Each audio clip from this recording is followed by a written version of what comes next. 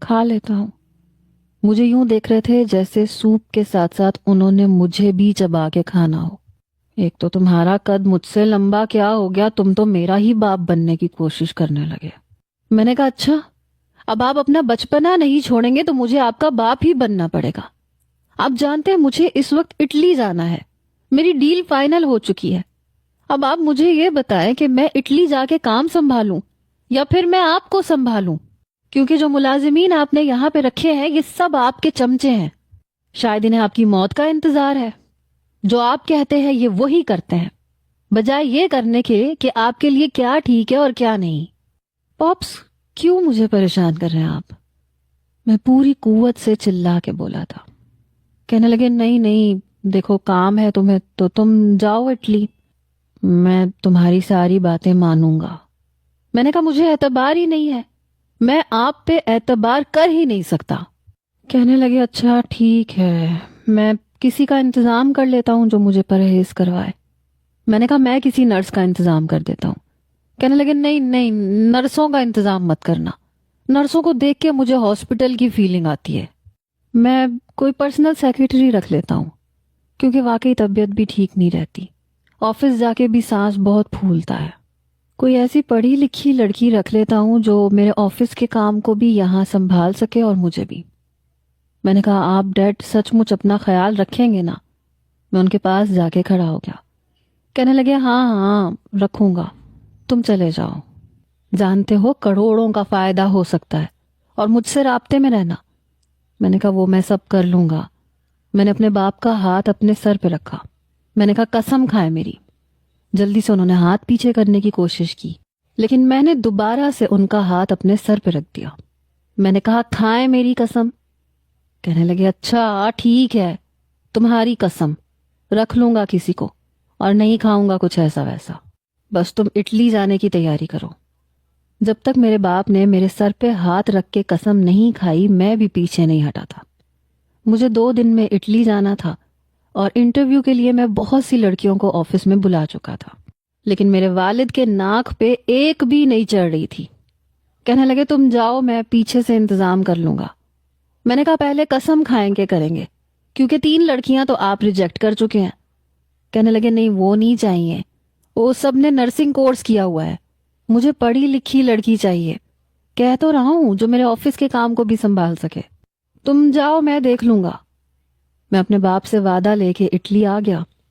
2 دن کے بعد میرے والد نے مجھے یہ خوشخبری سنا دی کہ انہیں ایک ایسی لڑکی مل گئی ہے جو ان کا خیال بھی رکھنا جانتی ہے اور آفس کا بھی. اور اب انہیں کوئی فکر نہیں کیونکہ اچھی خاصی پڑھی لکھی لڑکی ہے اور پہلے سے نوکری کا تجربہ بھی ہے. میں نے سکون کا سانس لیا کہ انہیں ان کے مطابق آخر لڑکی تو ملی. اس بار میں نے کافی دل جمی سے محنت کی کیونکہ اپنے باپ پہ مجھے بھروسہ نہیں تھا. آج تک کوئی انہیں ان کی بد پرہیزی سے روک نہیں سکا تھا. تو وہ لڑکی کیا کر لیتی؟ ظاہر سی بات ہے جس نے جو بھی کھانا ہوتا ہے 10 آنکھوں سے بچا کے کھا ہی لیتا ہے. بہرحال 1 مہینہ میں نے کوئی عیاشی نہیں کی. میں اپنی عیاشیوں پہ کنٹرول کرتا رہا. بڑی محنت سے میں نے وہ پروجیکٹ اپنے سر پہ پورا کرنے کی ٹھان لی. لیکن وہی مسئلہ، مجھے اپنے باپ سے بار بار پوچھنا پڑتا تھا. جو وہ کہتے تھے اسی پہ عمل کر کے میں آگے بڑھ رہا تھا. پتہ نہیں میری اپنی عقل اس معاملے میں کام کیوں نہیں کرتی تھی. کب تک میں اپنے باپ کے رحم و کرم پہ ایسی آسائش بھری زندگی گزار سکتا تھا؟ بہرحال 1 مہینے میں نے بس صرف 2 کال گرلز کو ہی اپنے کمرے میں بلایا تھا. روز روز کی عیاشی نہیں کی تھی. بہرحال کچھ فطری ضروریات بھی ہوتی ہیں جو ہم جیسے لڑکوں کی مجبوری بن جاتی ہیں. شاید ایک بار جب باہر کا نشہ چڑھ جائے تو پھر اتارنا ہی پڑتا ہے. آپ سمجھ سکتے ہوں گے. خیر ڈاکٹر وجاہت سے میری بات ہوئی تو وہ کہنے لگے ہاں کوئی لڑکی ان کے ساتھ آتی ہے اور اب تو ان کا بی پی بھی کافی کنٹرول ہے. لڑکی کافی سمجھدار ہے اور باقاعدگی سے انہیں ڈائٹ بھی کروا رہی ہے. تمہارے والد کا تو ویٹ بھی کافی کم ہو رہا ہے. میں نے سکون کا سانس لیا کہ چلو شکر ہے میرے باپ کی زندگی میں کوئی تو ایسا ہے جس کی وہ مان رہے ہیں. پورے 1 مہینے کے بعد میں اٹلی سے واپس کراچی پہنچا. جیسے ہی گھر میں داخل ہوا تو کئی سالوں کے بعد